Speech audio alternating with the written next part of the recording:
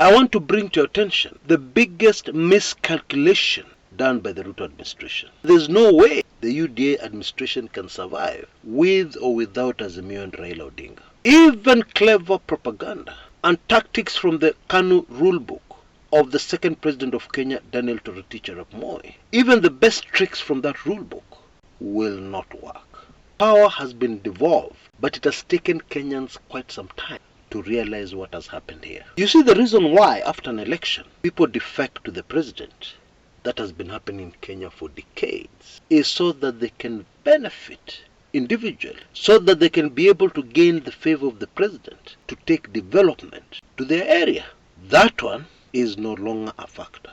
Or at the very least, it's not as important a factor as it used to be. Bottom line, Ruto and UDA will not be able to consolidate the kind of power and support they need to remain in power. Whatever you may want to say about Moi, whatever evil you think Moi did, Moi was a good man. And there's a very important lesson for Kenyans here. If such a good man as Moi ended up with the presidency and became the brutal dictator he became and did the things he did, to me it proves that the office of the President of the Republic of Kenya changes good people. It brings out the worst in people. Moi did better than many would have done under the same circumstances. He didn't kill people. He detained them instead. And so the lesson is this. Going forward, you want to choose people who have already been known not to be good people become president of Kenya. What do you expect? And he stubbornly refused to host Deputy President William Ruto. In my view, that was a message from Moi to the Kenyans he always deeply cared about, despite everything. And we have to figure out what that lesson was, what he was trying to tell us. Exactly 101 years ago, this March, something happened in Nairobi.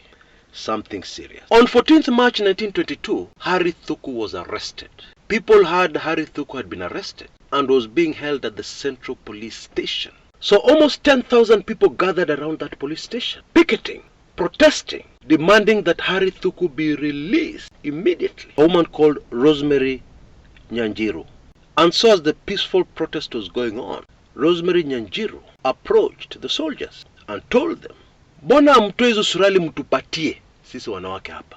Hamna kazi." Somebody opened fire on Rosemary Nyanjiru, and the firing continued and continued.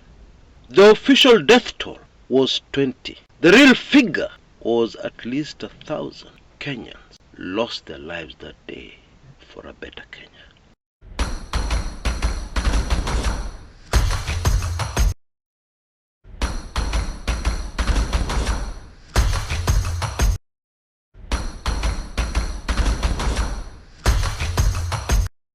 There is just one secret, a gem of wisdom that you need to understand, and your relationships will never be the same again. The secret that will change everything is for you to realize and appreciate the fact that everything works best if it is used exactly how the manufacturer of that item intended it to be used. You will need to unlearn everything you know so far about relationships. For the solid answers, we have to go back to the manufacturer of the human race, the manufacturer of the man and the woman, and the person who invented marriages. And let's keep it very simple. What you're going to do is to discover what makes a woman happy, genuinely happy. And this is going to be very controversial, but it is the truth. For a woman to be happy in a relationship, she must respect her man, not by force, but because of the circumstances. What kind of man will a woman date? What kind of man will a woman be attracted to? That guy is hot.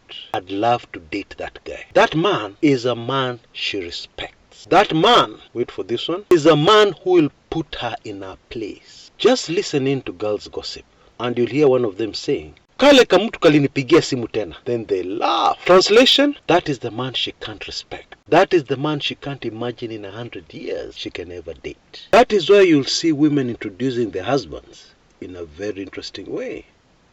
They'll use their mouths, their lips actually. Huyu ndo mzee. They're embarrassed. Deep in their hearts, they're embarrassed that this is the man who is the husband. This is the man Who does the marriage act with them? They're ashamed. They're disgusted.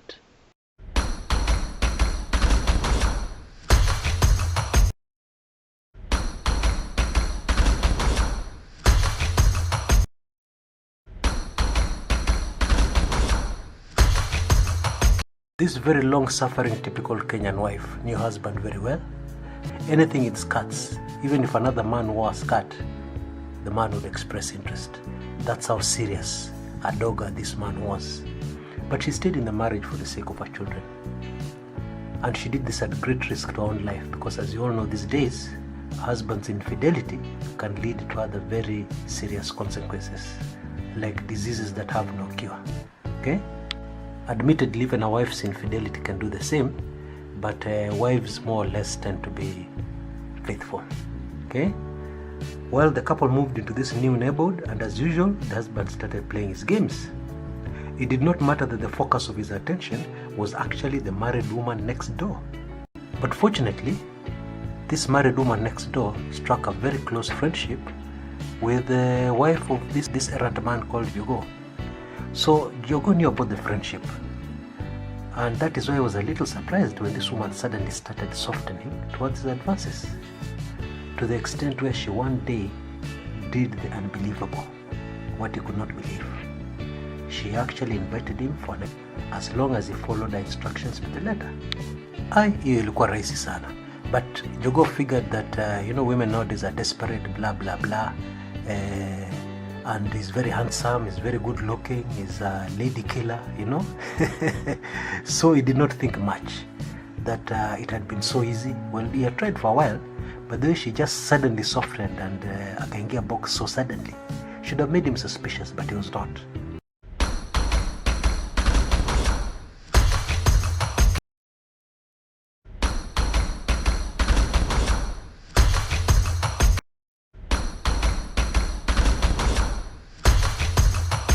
The mother says something over the life of that child will be invaded by the evil spirits to sustain that evil word the mother spoken. Why? Because the mother has authority over her child. A child does something, the mother gets very angry, and the mother shouts very angry, "Malaya wewe, you prostitute." And then many years later, the mother is very surprised and very disappointed when her daughter becomes a prostitute. Yet, she's the one who planted the spirits of prostitution inside their child. Why? Because she has authority over her children. What she speaks over her child is very important. Take every opportunity to bless your children and not curse them. If you know you're the type that when you get angry, you shout careless words, do anything. Sew up your mouth, put tape over it, do anything to save the future of your children. Now, in case you've already found yourself guilty, pray over your children how the spirit of rejection enters somebody's life. A woman who is unmarried gets pregnant. She's not yet married. No man has told her that he will marry her. And so this child growing in her womb is an interruption of her life. So she starts saying to herself, now where did this pregnancy come from? What am I going to do? Maybe even she tries to abort the pregnancy. Now let us even assume that the man who made her pregnant takes on his responsibility, marries the woman. However, when that child is finally born, that child will suffer rejection. The spirit of rejection will follow them all their life. Why? Because they were rejected when they were in the womb. Another dangerous situation that opens the door for the spirit of rejection to enter an unborn baby, the biological father. The biological father tells the mother, that baby is not mine. You have so many other men, that baby is not mine. So the biological father has rejected that child. So that child will have a spirit of rejection when they're born, during all their life, and unless and until they do something about it.